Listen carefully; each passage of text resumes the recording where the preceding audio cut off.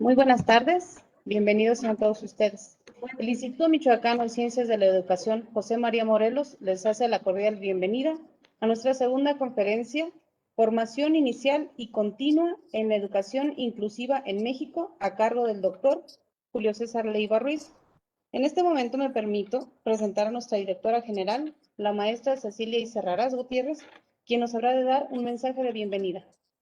Doctor César Leiva, contar con usted en el marco de nuestro 20º especial de gestión educativa y darle las gracias por contribuir en estos espacios de reflexión y de apertura sobre condiciones y propuestas de atención a la diversidad. Le agradecemos mucho la generosidad de su participación y sé que será muy valiosa para seguir transitando hacia una sociedad equitativa. Es mucho interés. Bienvenido y gracias por su participación, doctor. Adelante. Gracias, maestra.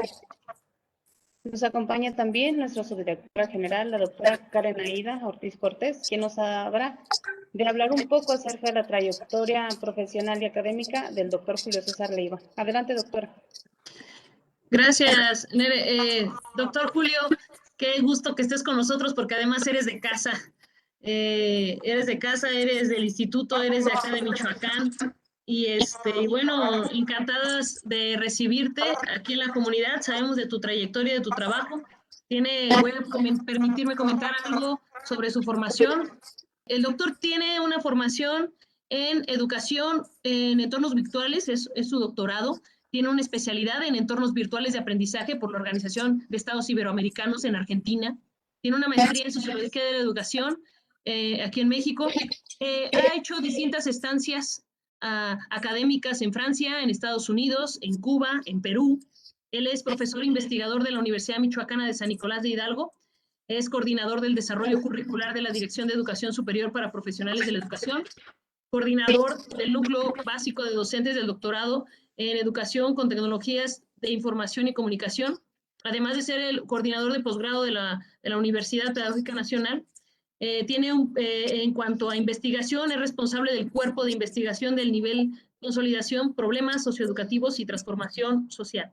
Tiene distintas publicaciones, entre ellas la formación de profesores, reflexiones en torno a una noción compleja, la educación a distancia, educación virtual y tendencias actuales en educación. Sobre todo, doctor, el compromiso que sabemos que tienes de parte de la Dirección General de Educación Superior para el Magisterio, la de GESUM, y que estás empujando a nivel nacional este trabajo de inclusión. Te lo reconocemos y nos damos el gusto de sentirte parte del instituto. Ahora en este 22º coloquio de Educación Especial e Inclusión Educativa. Adelante, doctor Julio, te escuchamos. Cómo no, muchísimas gracias.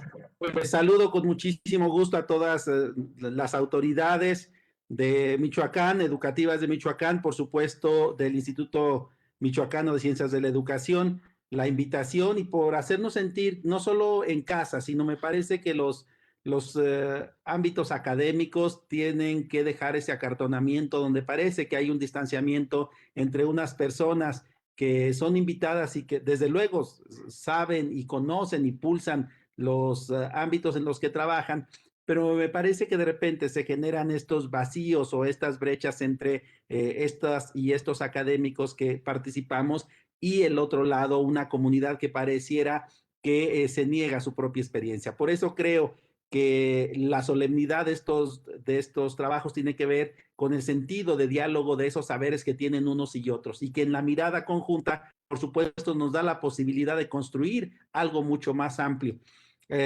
No quiero dejar de reconocer a los colegas que me antecedieron el día de ayer, el día de hoy, con esa sensibilidad que creo hoy necesita más un tema tan para el desarrollo de las sociedades contemporáneas como es la educación inclusiva.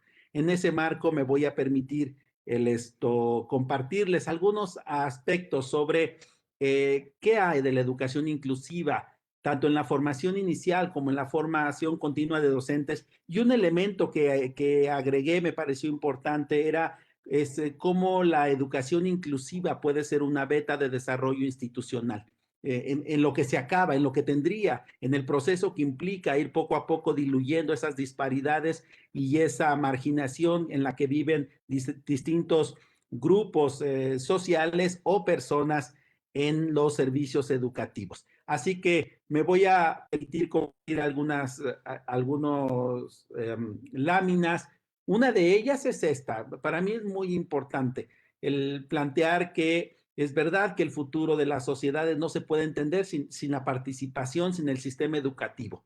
La cuestión es, ¿qué sistema educativo? Me parece que es uno de los elementos que tendríamos que estarnos cuestionando, no solo como futuro, sino como presente. ¿Qué sistema educativo necesitamos? No cuál queremos, sino cuál necesitan nuestras sociedades, nuestras niñas, niños, jóvenes, adolescentes.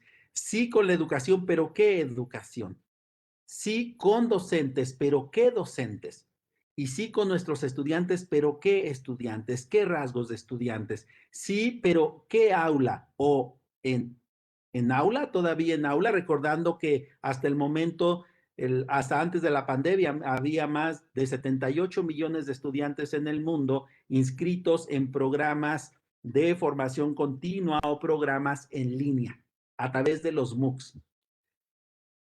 Bueno, pues estas condiciones, hoy no solo de pandemia, sino las propias condiciones sociales nos ponen tensiones a las trayectorias de los docentes. Una de ellas tiene que ver justamente con pensar que todos los estudiantes son iguales. Hay maestras y maestros que, digamos, empezamos a sentir o ya sentimos esta tensión entre un currículo normalizador o un grupo sociales homogéneos entre algo que empezamos a ver cada vez, a reconocer y ya vivir la heterogeneidad, entre pensar en esa nostalgia por el pasado, donde en muchos aspectos, algunos de los que podría compartir es esta relación, digamos, de poder, donde el docente era la única fuente de información de los jóvenes, y hoy, en ese futuro pareciera incierto, las y los jóvenes tienen múltiples fuentes de información para poder completar justamente esa educación tan deseada para atender los desafíos presentes y futuros. Si le dedicamos únicamente a pensar en lo cognitivo, también pensamos en otras formas que coadyuvan con los aprendizajes, como lo es lo socioemocional. En el caso de las prácticas profesionales, si necesariamente tienen que ser in situ o podemos generar experiencias de aprendizaje, de práctica profesional a distancia. Y la otra, hay una tensión que ustedes saben que se ha generado pues en el mundo, discusiones importantes y ha generado tensiones y discusiones muy apasionadas, muy interesantes sobre si era la educación especial o si vamos a empezar a transitar o deberíamos transitar hacia la educación inclusiva. Y estas tensiones me parece que se tienen que capitalizar para promover discusiones que nos lleven a la toma de acuerdos y, por supuesto, a las acciones. Los sistemas educativos no me parece, no resisten más que se queden a un nivel de discusión teórica sin aterrizar en acciones verdaderas.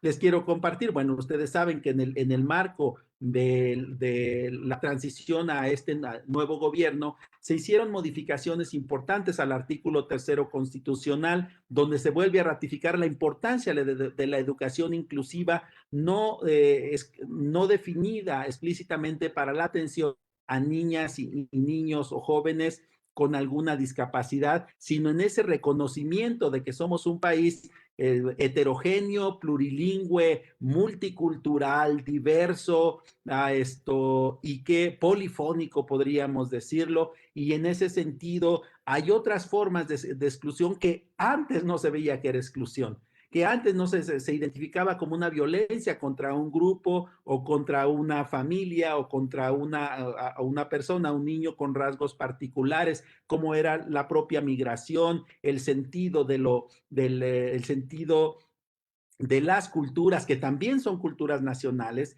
de las lenguas que también son lenguas nacionales, pero indígenas, pero siguen siendo nuestras lenguas nacionales, igual que el español.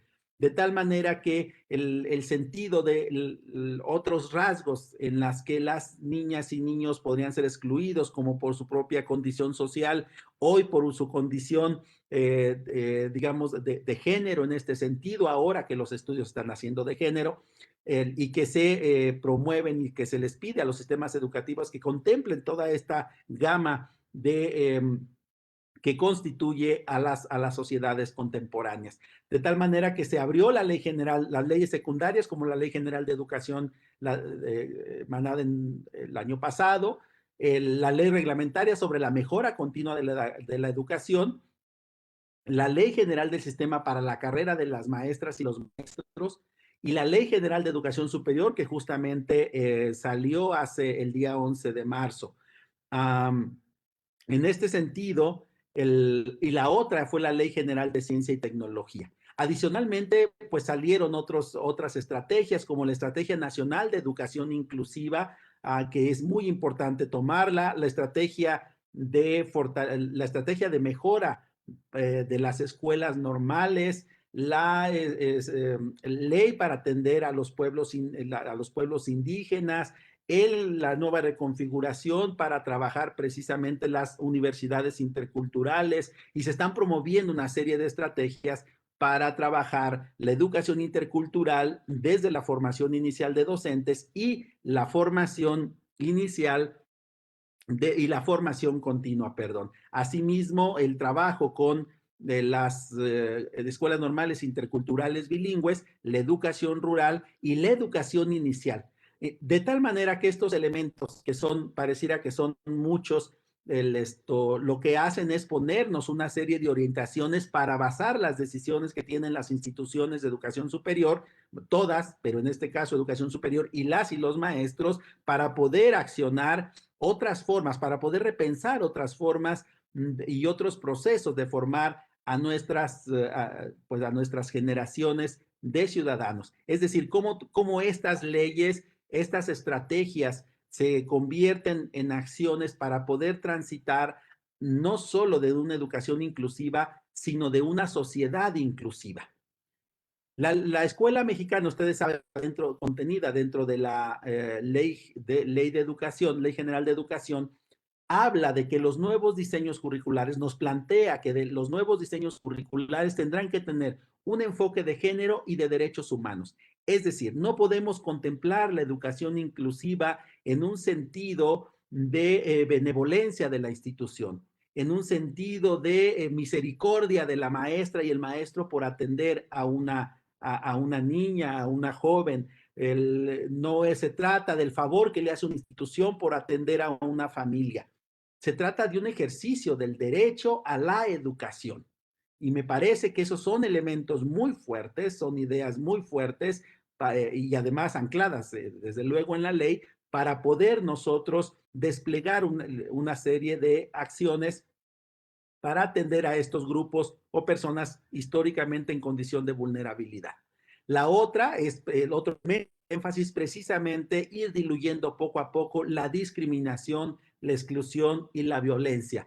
Entre otros, porque es muy importante no solo fortalecer el tejido social, sino además el poder ir ya, digamos, viviendo nuevos escenarios donde todos no solo estemos, como bien lo decía ayer la doctora Rebeca, sino que existamos, que podamos convivir y ejercer el pleno ejercicio de nuestros derechos.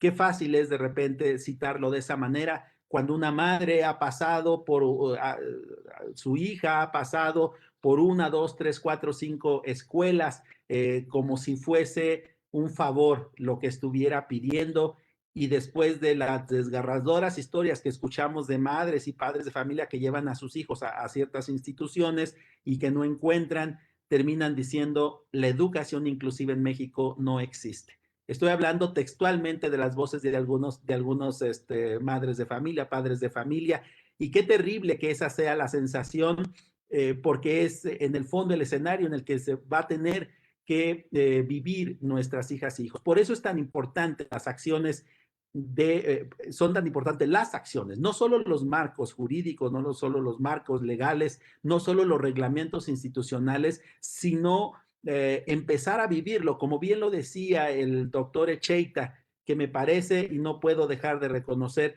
que en la sencillez en la que ha comunicado sus ideas estriba la profundidad y el enorme desafío que tiene para todas y todos transitar hacia una sociedad inclusiva. Importante, quise compartirles algunos elementos de la propia ley, promover los planes y programas de estudio con perspectiva de género, además de otros ámbitos, pero no solo los programas, digamos, ya en las escuelas, en las universidades, en las escuelas normales, sino en el marco precisamente de que antes de, me parece, de tener las consecuencias de la exclusión en un preescolar, en una primaria o en la propia educación inicial, en una universidad, creemos que eso puede ser preventivo.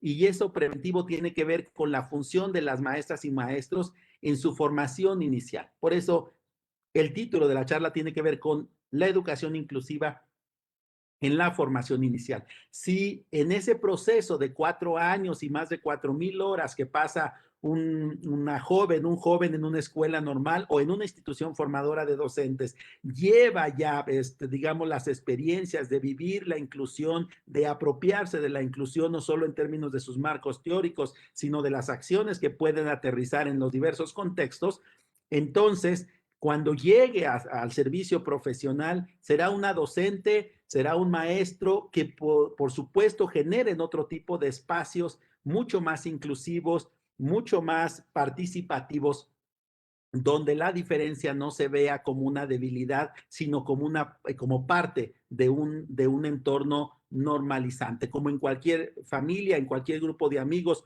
donde hay alguien que tiene una condición, puede ser alguna discapacidad, pero no necesariamente, y todos juegan, todos trabajan en la cocina, todos participan de la vida social sin marcar diferencias, cada quien haciendo el aporte o desde las condiciones que tiene sin ver precisamente ese marco. Así que la propia Ley General de Educación, aquí están algunas diapositivas, es mucho texto, pero solo por citar por qué es tan importante tomarlo en el caso de las escuelas normales, que es un proyecto en el que participo en el ámbito curricular, nos obliga a tomar estas consideraciones para actualizar, replantear o rehacer o proponer nuevos programas de formación inicial.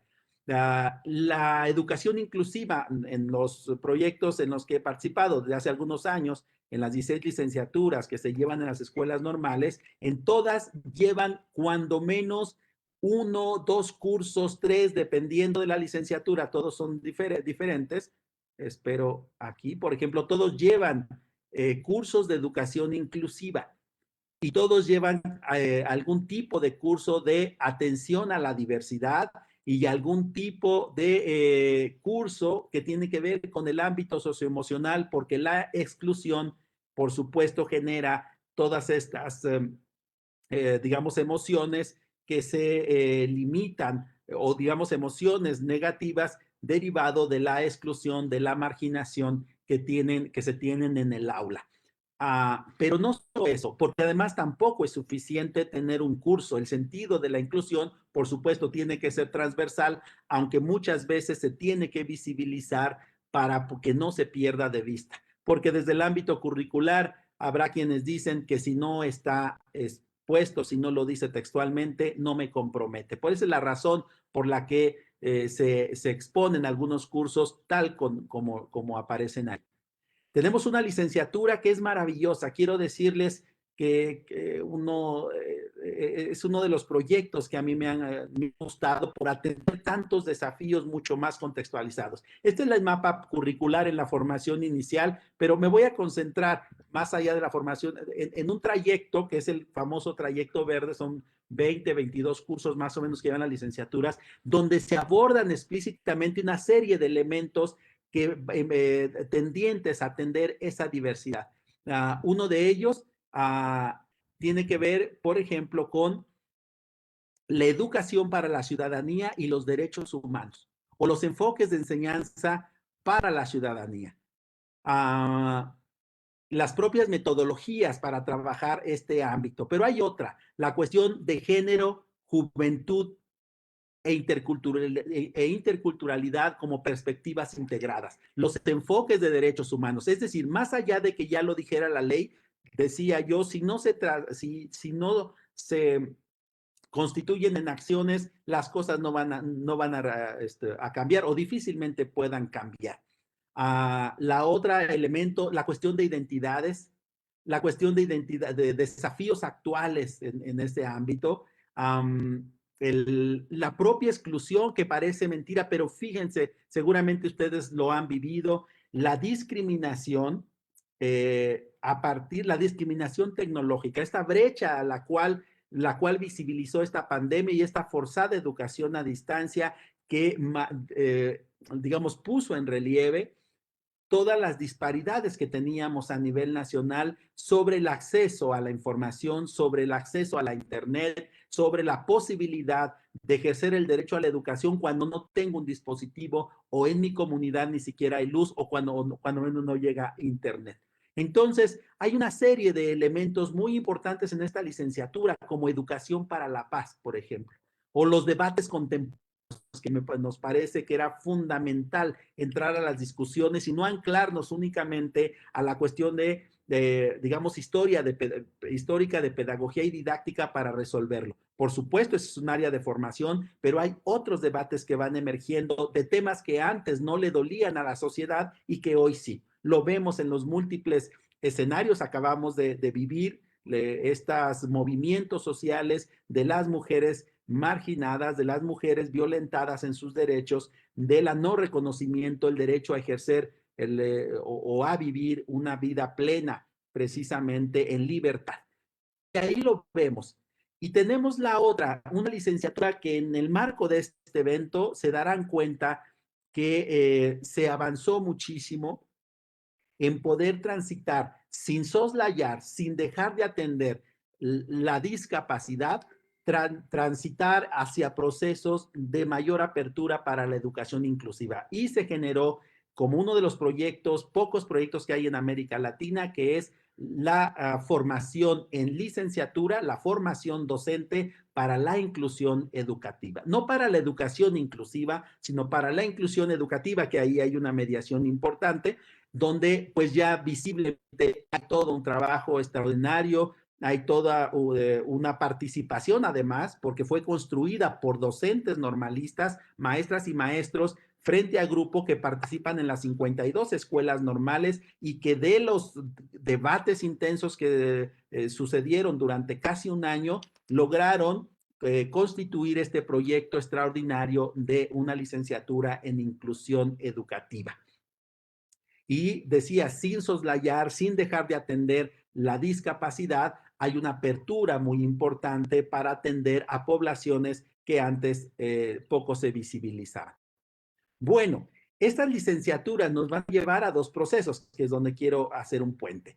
Una, para ver cómo las prácticas profesionales van a ser fundamentales para poder generar estrategias, para poder generar una mirada diferente sobre la atención a las niñas y niños en las escuelas regulares. De tal manera que ahí tenemos una posibilidad muy importante para incidir en la formación inicial, pero hay otra. Hay un trayecto formativo en estas licenciaturas que se les conoce como optativos, pero que no tiene nada de optativo. Es decir, de optativo solo está la palabra en el sentido de que pueden optar de un menú de cursos que tienen los jóvenes, pueden optar por unos o por otros, no si los desean tomar o no. Y estos optativos nos ha llevado a un proceso muy interesante de desarrollo institucional, porque además de obtener un título de una carrera, se agrega, si llevan un trayecto formativo de 4 o de 5 cursos que constituyen entre 280 y 360 horas y que está digamos, en las manos de la institución formadora el definirlo, se les entrega un segundo documento que dice que han hecho estudios de énfasis en alguna de esas temáticas. Y aquí algunos trayectos como estos sobre la prevención del consumo de drogas, que es una forma, digamos, los jóvenes que tienen estas condiciones tienen mucho más problemas para participar o para ejercer el derecho a la educación en las instituciones.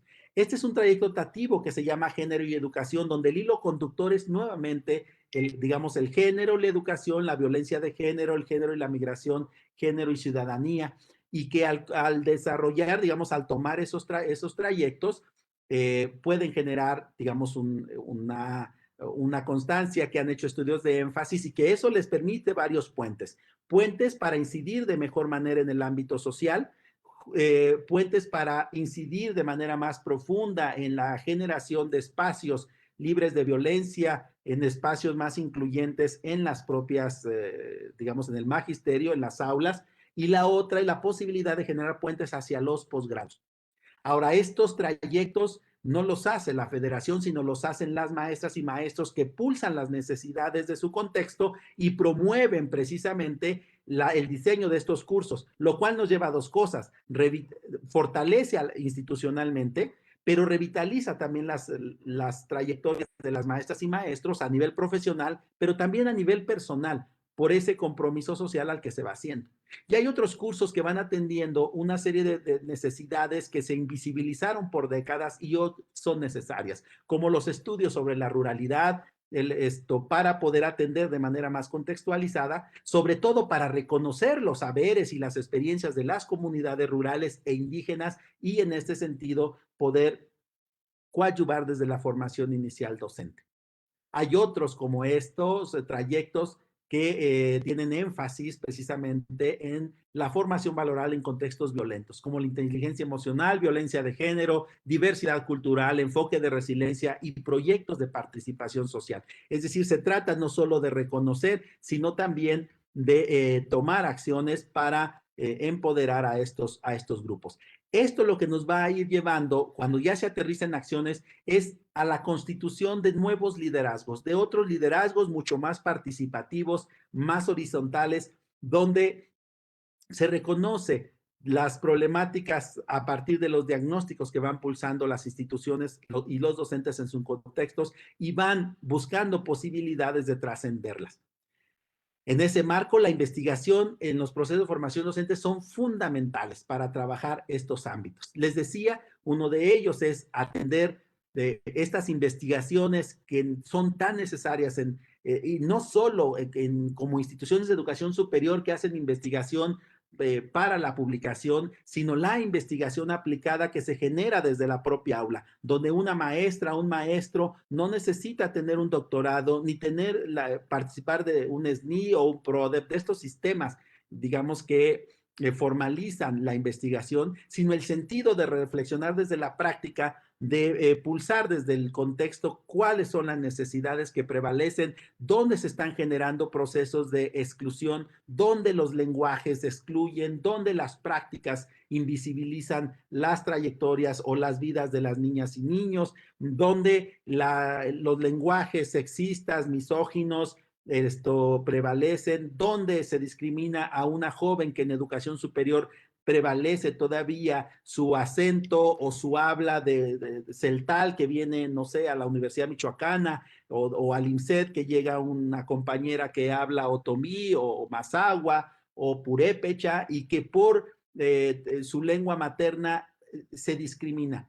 Y no solo discrimina a la institución, sino cuando se discrimina dentro del aula, un aula que es multicultural, que es diversa, que es polifónica, y que si no tenemos docentes preparados para la atención a la diversidad, terminamos, quizás no dolosamente, quizás no por dolo, pero terminamos marginando, limitando la voz e invisibilizando esas trayectorias. Por eso es importante que al hacer esa investigación, ya sea institucional o personal, también vamos dándole identidad. Al hacer investigación, al reconocer y atender esos contextos de vulnerabilidad, también le damos identidad a la institución, porque ya no solo egreso a jóvenes, pienso en educación superior para desarrollar un área del conocimiento, sino además desarrollo, ellos llevan un plus que es el pulsar alguna temática que han tomado de la institución.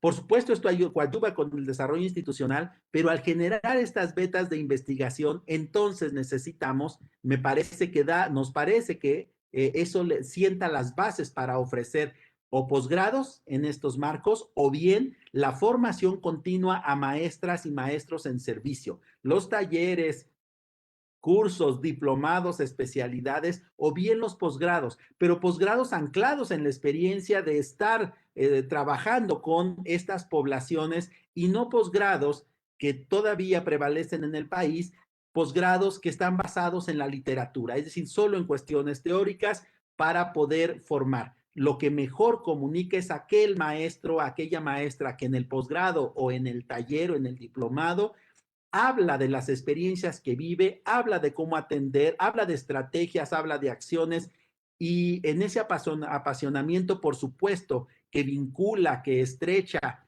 los lazos con la comunidad que participa. Esto es lo que nos va generando un pulso o un, digamos, círculo virtuoso de desarrollo institucional donde se revitalizan las acciones de las trayectorias de los docentes y sobre todo se revitalizan esas emociones que de repente se van quedando dormidas porque son trayectorias que pocas veces tienen la posibilidad de desarrollarse ya en los ámbitos.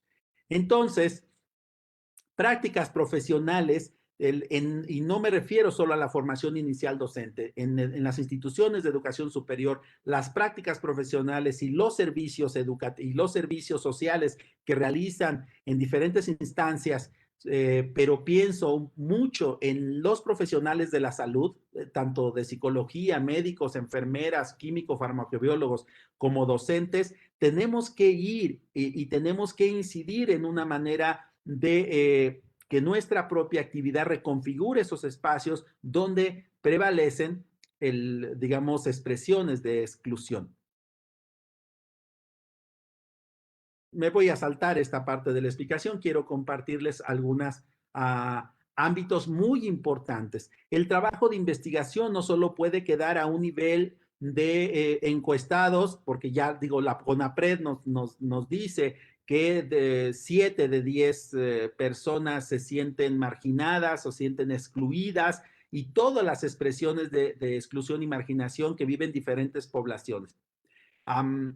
Desde la educación nos parece que tenemos un gran privilegio, el privilegio de no participar nada más de encuestas con opciones múltiples donde preguntemos si se siente excluido, mucho, poco, nada, si está de acuerdo con que haya educación inclusiva, totalmente de acuerdo, en desacuerdo, ¿no? Ni de acuerdo ni en desacuerdo, sino que nosotros tenemos el privilegio, las instituciones formadoras como el INSET y otras, el UPN normales, tienen una enorme posibilidad de convivir más tiempo con esos grupos sociales, de tal manera que los trabajos etnográficos, la investigación-acción nos podría posibilitar transformar esos entornos inmediatos a partir de acciones sensibles y contextualizadas.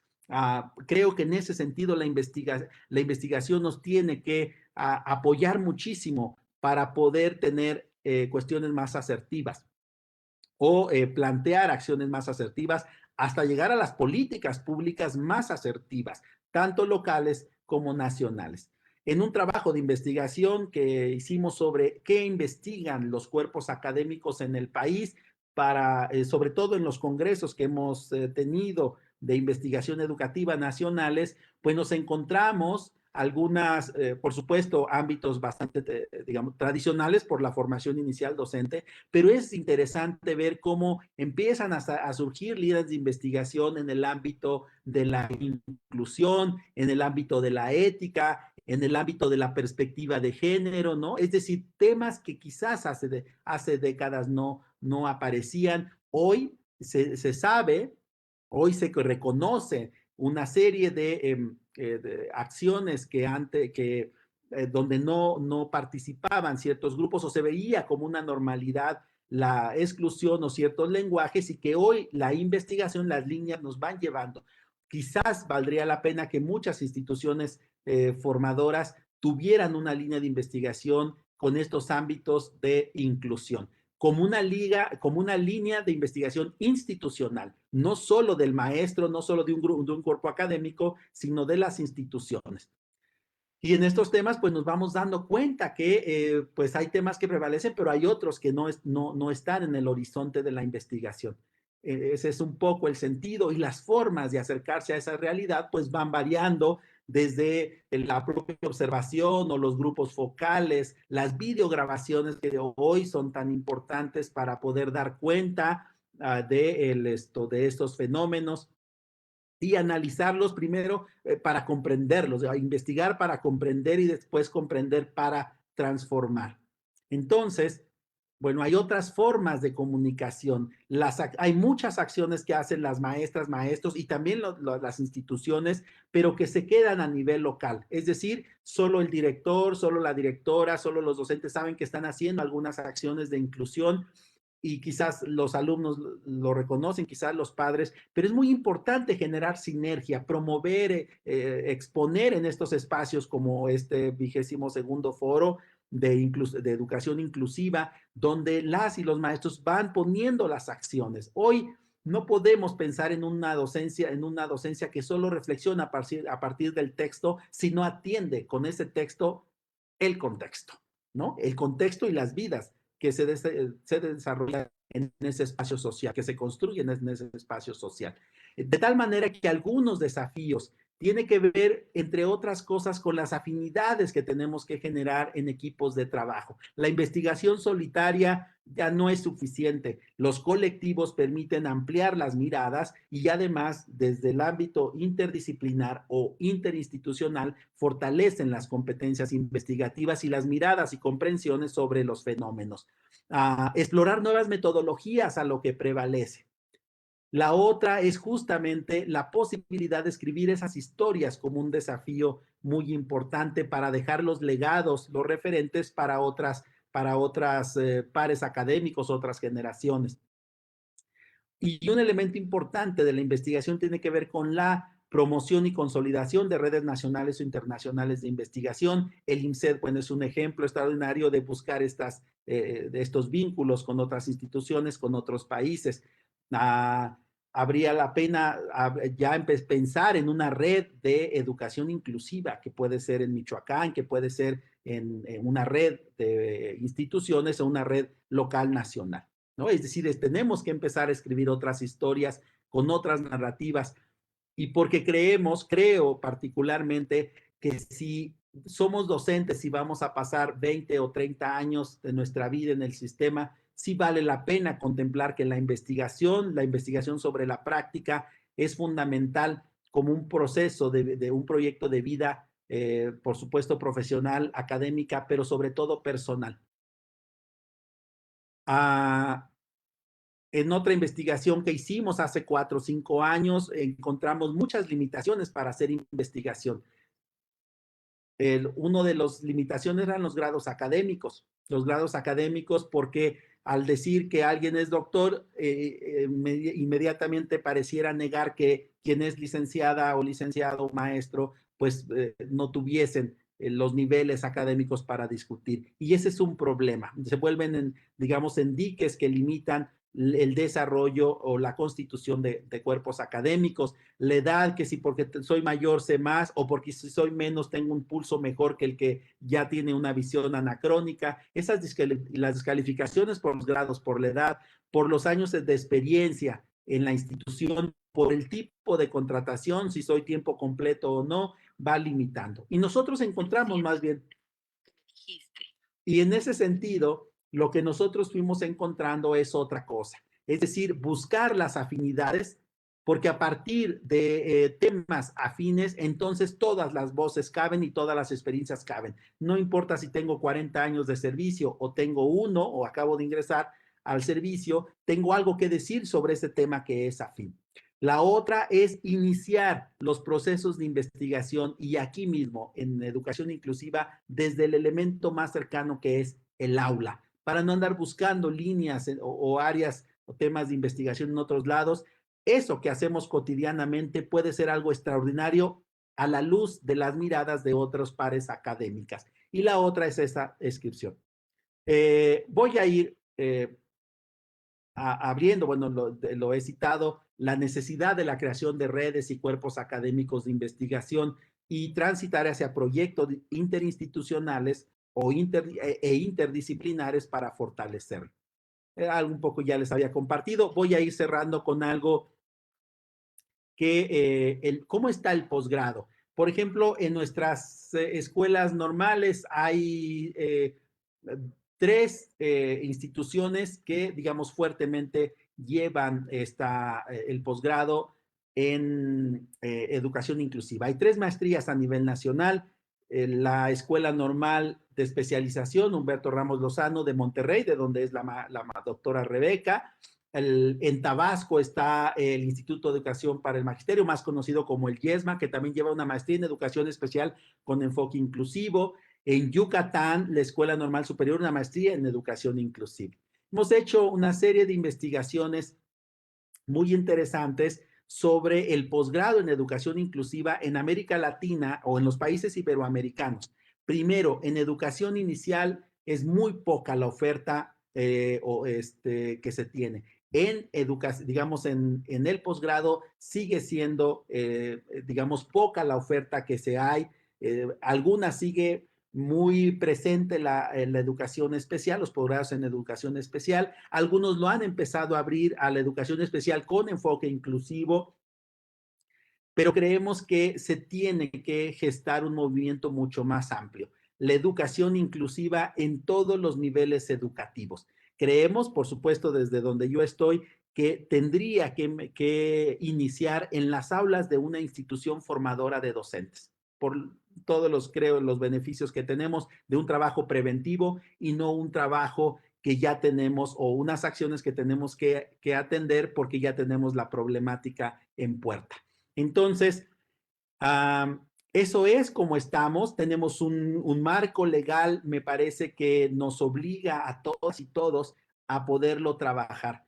Pero si bien la formación inicial es importante por lo preventivo, la formación continua es importante porque nos permite allegarnos de herramientas de entrada, de una enorme sensibilización para poder contemplar la diferencia como parte de nuestra normalidad en nuestras aulas y en nuestra sociedad. Y el segundo elemento y más importante es la necesidad de formarnos los formadores o las formadoras de formadores. Es decir, no basta con que un programa curricular, si no cambiamos la mirada las y los maestros. Es el sentido, como lo planteaba Freire, de estar siendo, y ese estar siendo es precisamente estar continuamente pulsando con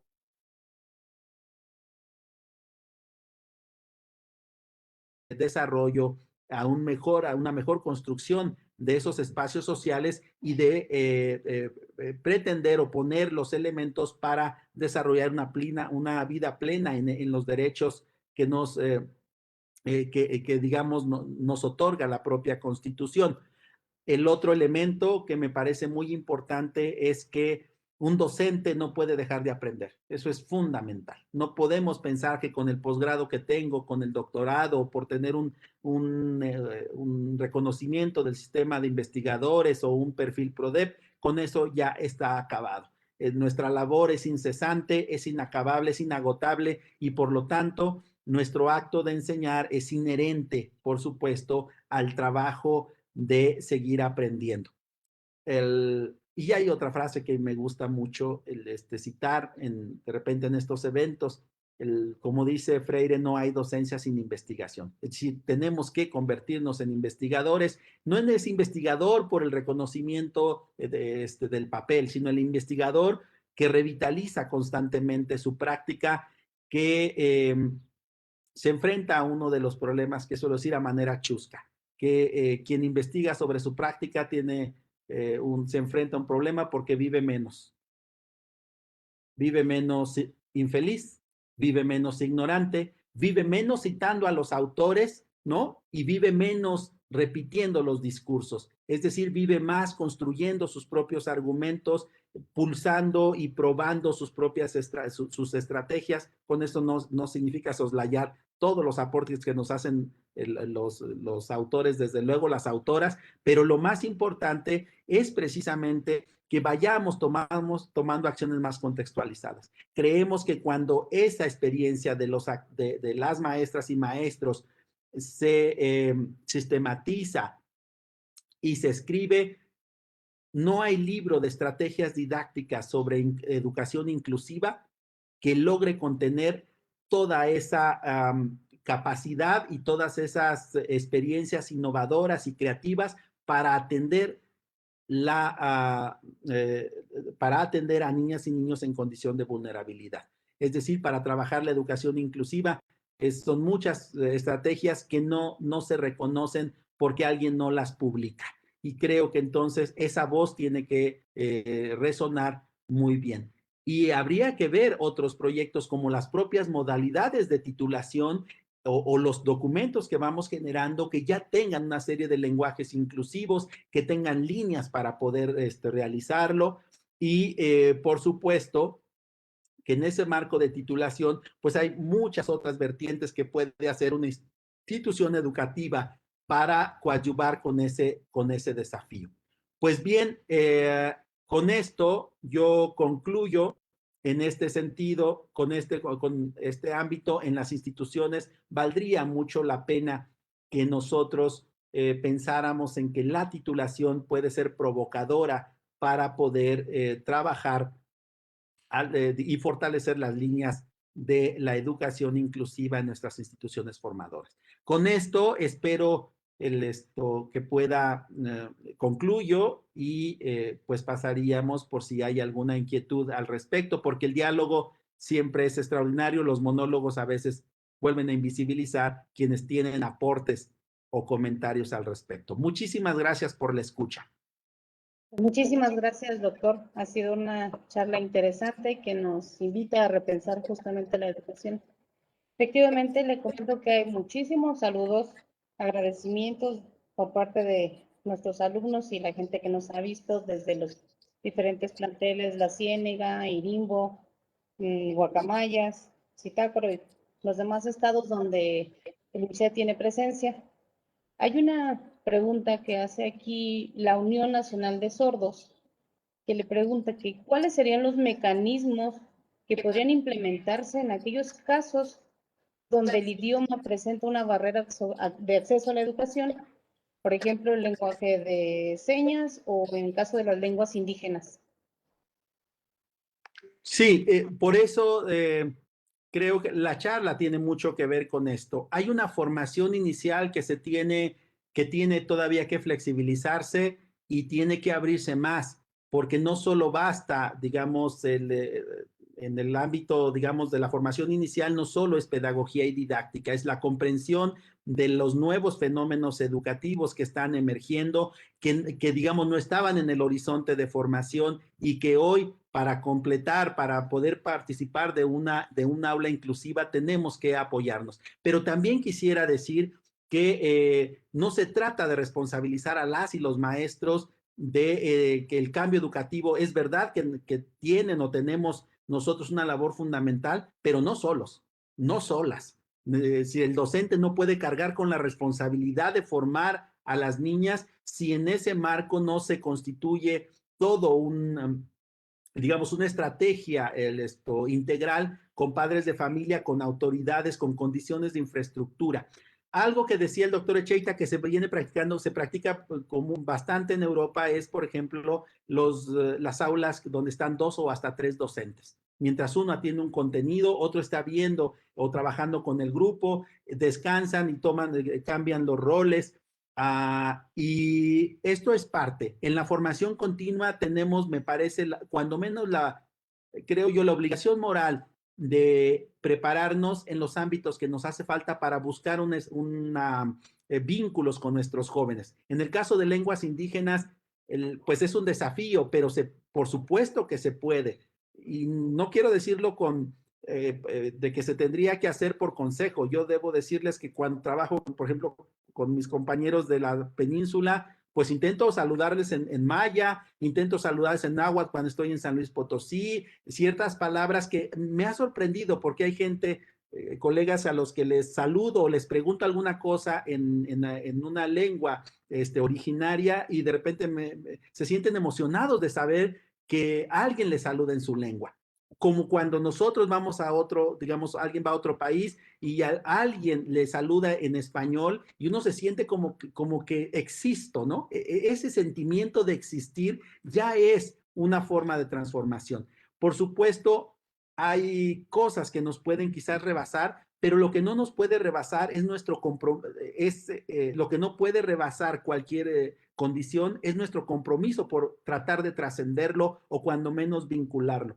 En el marco, digamos, de lo que decían los compañeros, para atender ya una condición de discapacidad particular, hay muchísimo trabajo por realizar. Alguien decía, no hay educación inclusiva si no se atiende la educación especial. Eso me parece que es, por supuesto, importante y que en ese marco tenemos que, si ya la ley lo ampara y las leyes nos dicen que se va a trabajar en generar mejores condiciones, hay que ejercer el derecho que tienen esas niñas y esos niños, primero, papás y mamás, no es un favor, es un derecho que está en la Constitución y en las diversas leyes y por lo tanto tenemos que hacer una acción civil, un empoderamiento para poder realizarlo.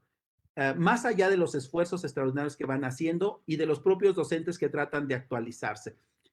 Por eso la formación continua, y ahora voy con la continua o la formación en el posgrado, tiene que ver con esos talleres para atender condiciones muy particulares que necesitan las poblaciones. Seguimos teniendo posgrados y talleres de pedagogía y didáctica general, pero no hay para trabajar etnomatemática. ¿Dónde pues, tenemos un taller para trabajar etnomatemática? ¿Dónde un taller o un curso, un diplomado para poder atender? Bueno, el IMSSET tiene algo extraordinario, el taller de lenguas de señas mexicanas que tienen años trabajando y que muchos académicos de diversas partes del país vienen, pero tenemos que provocar la necesidad, ya la necesidad existe, ahora digamos en las niñas y niños y algunos docentes frente a grupo. Tenemos que seguir fomentando la necesidad de que nuestra trayectoria no está acabada y que tenemos que atender en ese marco y tenían que salir otras, digamos, líneas de formación docente para atender necesidades más específicas. Y ahí es donde les doy mucho la razón a nuestros colegas que la formación en educación especial tiene una participación muy importante para atenderlos. Pero si queremos una educación inclusiva, esos niños, esas niñas tienen que estar en el aula regular, esos jóvenes en el aula regular. Cuando se pensaba, y esto lo he aprendido mucho del doctor Eliseo Guajardo, cuando se pensaba que la educación solo era para hasta secundaria, porque se asumía que hasta ahí podían llegar las niñas y niños, sin pensar que siempre iba a haber esos casos extraordinarios que iban a transitar a la preparatoria y ya la universidad. Por lo tanto, los desafíos están en todos los niveles. Lo que no podemos dejar hoy es de hacer notar la condición de vulnerabilidad en la que siguen nuestros grupos para exigir que sean atendidos, que sean atendidas. Fíjate que en las preguntas que están enviándonos la gente, parece una que creo que es detonadora porque dice que ¿cuál es el porcentaje de maestros que implementan inclusión en el país? Y me parece que más que hablar de un porcentaje, a mí me invita a pensar en cuáles serían los indicadores para medir un proceso de inclusión, si existen o no y desde dónde lo podemos tomar. Pero no solo quiero ampliar yo mi comentario a partir de esta pregunta, porque incluso tú lo acabas de decir en relación a los procesos de investigación, reconociendo la metodología que se nos sugiere, donde hizo el excelente trabajo Gerardo Echeita con la guía en la traducción, que es impresionante, donde se puntualiza una metodología específica para procesos de inclusión, de ahí podemos tomar ciertos elementos. Pero lo cierto es que hay contextos específicos, hay procesos que se dan de manera muy puntual en relación a problemáticas específicas, como lo que acabas de señalar sobre las modalidades de titulación, por ejemplo, que siendo un proceso académico-administrativo, te va a demandar ciertas prácticas, ciertas implementaciones. Entonces, ¿cómo podemos empezar a medir?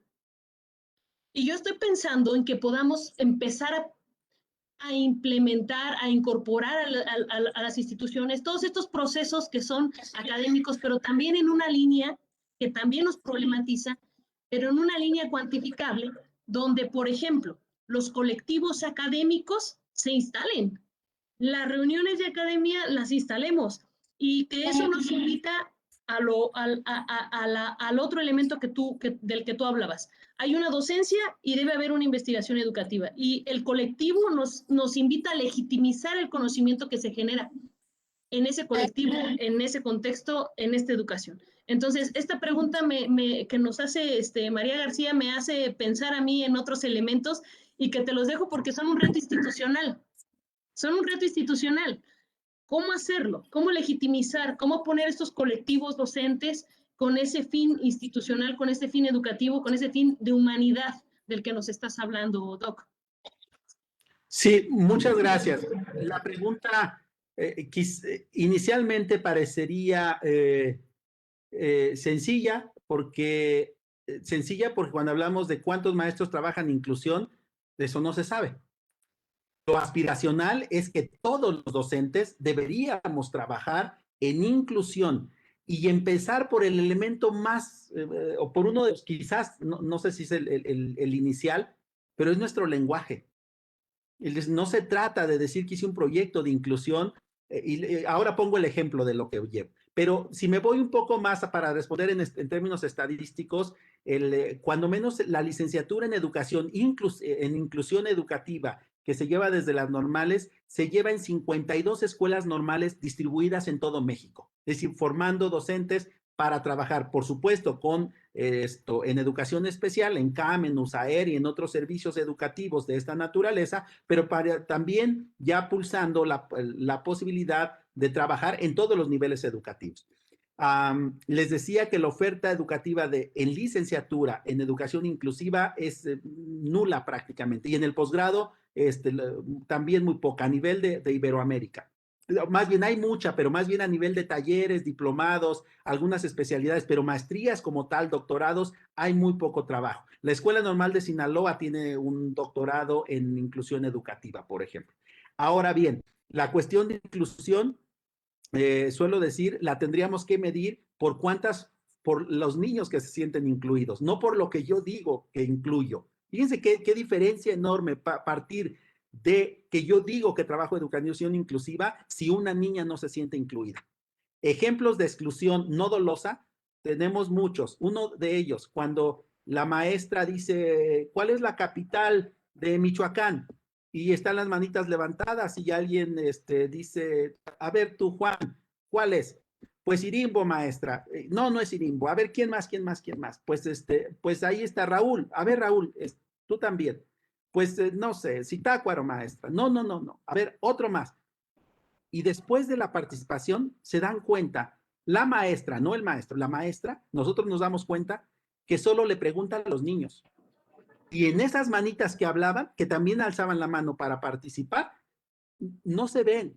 Y ya hay un proceso, hace unos días hablábamos con unos colegas, que cuando se niega la vida la vida y la cultura de una niña a un niño, se vuelven mucho más reacios los procesos cognitivos. Es decir, al negar mi vida, mi cultura, mi discapacidad, mi sentido, mi condición de migrante o de indígena o de algún tipo de condición de mi lengua, de mi estatus social, voy cerrando mis procesos cognitivos y es más complicado, ¿no? Entonces, decía, quizás el primer elemento es nuestro propio lenguaje, y cuando hablo de nuestro lenguaje es cómo hablamos y cómo nuestro lenguaje corporal nos delata, porque en la voz podemos ser inclusivos, pero todo nuestro lenguaje corporal es de rechazo a esa niña, a ese niño, ¿no? Esos son algunos de los elementos. Yo pensaría en evaluar o en medir la inclusión a partir de cómo se sienten. Conocí este caso, es un caso que además lo pueden registrar en internet, por ahí se los voy a compartir, de esta mamá que un buen día dice, terminé llevando a mi hija, después de pasar por el sistema formal de educación en este país, 3, 4 CAM, USAER, otros servicios, unas escuelas que decían que eran inclusivas, etcétera. En todos lados excluían a mi hija y terminé llevándole a una escuela que no tenía registro, pero que había otras niñas y niños que tenían la necesidad de ser atendidos y había maestras mucho más tolerantes, comprensivos, incluyentes. Y qué triste que a final de cuentas le preguntan a la señora, ¿entonces la educación inclusiva existe? Y dice, no, no existe. Ahí es donde tenemos que medir, no en cuanto digo yo, sino cómo el otro se siente parte de una sociedad, ¿no? Entonces, creo yo, ahora, lo otro no, creo que las cifras está bien. Hablar de estadísticas está bien. Yo creo que hay que hablar de vidas. Con cada niña que se sienta incluido, con cada persona que se sienta incluida, con cada maestra en la universidad que no se sienta vulnerada porque un joven de Chiapas o un joven de la meseta purépecha le diga, oye maestro, no te entiendo, que ese maestro y esa maestra no se sienta agredida porque en su lenguaje no está el usted. Es decir, todos somos iguales. Entonces, pero como esperamos que me diga doctora y que me diga usted y alguien me dice, oye, no te entiendo, lo vemos como una agresión a mi persona. Esas cosas tan elementales, tan sencillas, son, me parece, fundamentales. Y por supuesto hay unas más profundas de cómo atender aquellos espacios de la diversidad. Tenemos que formarnos en la diversidad porque si no la reconocemos, difícilmente la vamos a poder atender. Y si yo como docente no reconozco que no estoy preparada para la diversidad, ya no para la discapacidad, para la diversidad, difícilmente voy a poder hacer acciones. Quizás sean fortuitas, pero probablemente mi lenguaje sea muy excluyente, mis acciones excluyentes, mi lenguaje corporal sea excluyente. Por más rampas que le pongan a la escuela normal, el problema no es la rampa. El problema es lo que lacera una palabra de una maestra o de un maestro que excluye a un estudiante. Puede tener todas las rampas y el elevador. Si llegando al aula me dirijo de una manera displicente, o mi propio lenguaje corporal puede delatar que no estoy participando de una sociedad inclusiva. Gracias, doctor. Totalmente. Y dar existencia y darnos la existencia es vital. Queremos entregarte un reconocimiento, doctor Julio, por estar aquí con nosotros, por compartir. Deseamos que esta ponencia tuya, el compartir tu saber con nuestra comunidad sea de beneficio para todas, para todos. Y bueno, doctor, muchísimas gracias. Te abrazamos desde el instituto y gracias a todos los que nos siguen en vivo desde el Facebook. Nos vemos mañanita para continuar con nuestras conferencias. Un abrazo. Muchas gracias, mucho éxito. Un abrazo.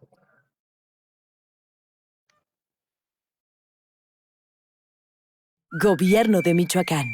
Michoacán se escucha.